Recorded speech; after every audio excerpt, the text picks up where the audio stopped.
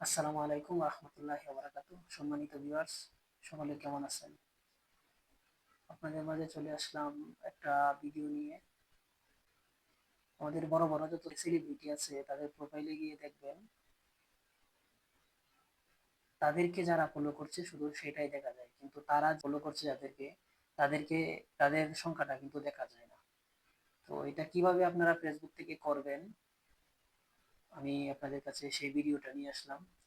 ভিডিওটা স্কিপ করবেন না, স্কিপ করলে হয়তোবা সম্পূর্ণটা বুঝতে পারবেন না, করতে পারবেন না। তাই আপনারা পুরো ভিডিওটা দেখবেন। আপনি যাদেরকে ফলো করছেন তাদেরকে কেউ দেখতে পারবে না, আর আপনার যে ফলোয়িং, আপনাকে যারা ফলো করেছে শুধু তাদেরকেই দেখতে পারবে।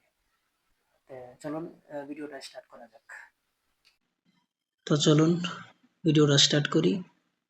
প্রথমেই চলে যাবেন আপনার ফেসবুক অ্যাপটি ওপেন করার পর উপরে রাইট সাইড কর্নারে দেখবেন 3 ডট আছে, ওইখানে টাচ করবেন। তারপরে নিচে স্ক্রল ডাউন করে যাবেন, দেখবেন লেখা আছে সেটিং এন্ড প্রাইভেসি, ওটাতে ট্যাপ করবেন। তারপর আবার প্রথম অপশন সেটিংস, এটাতে ট্যাপ করবেন।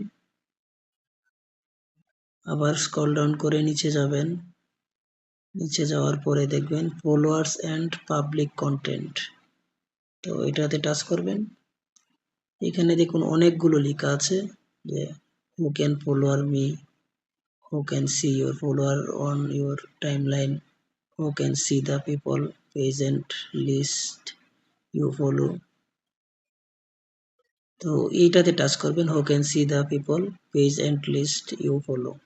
তো এটাতে টাচ করার পরে এখানে কয়েকটা অপশন আছে, public, friends, friends expert, specific friends, only me. তো আপনারা এটা কি করবেন, অনলি মিতে টাচ করবেন, অনলি মি সেভ করে দিবেন। যেটা আমার অলরেডি সেভ আছে ওইটা সেভ করে দিলেই আর সমস্যা হবে না ইনশাল্লাহ। আর কেউ আপনার ওইটা দেখতে পারবে না যে আপনি কাকে ফলো করছেন,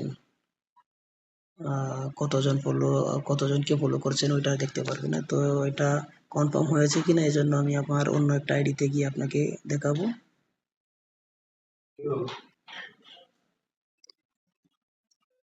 তারপরে আমার আরেকটা আইডিতে ঢুকলাম, এখানে গিয়ে সার্চ বারে আমার নাম অলরেডি আছে, তো আমি এখানে টাচ করলাম।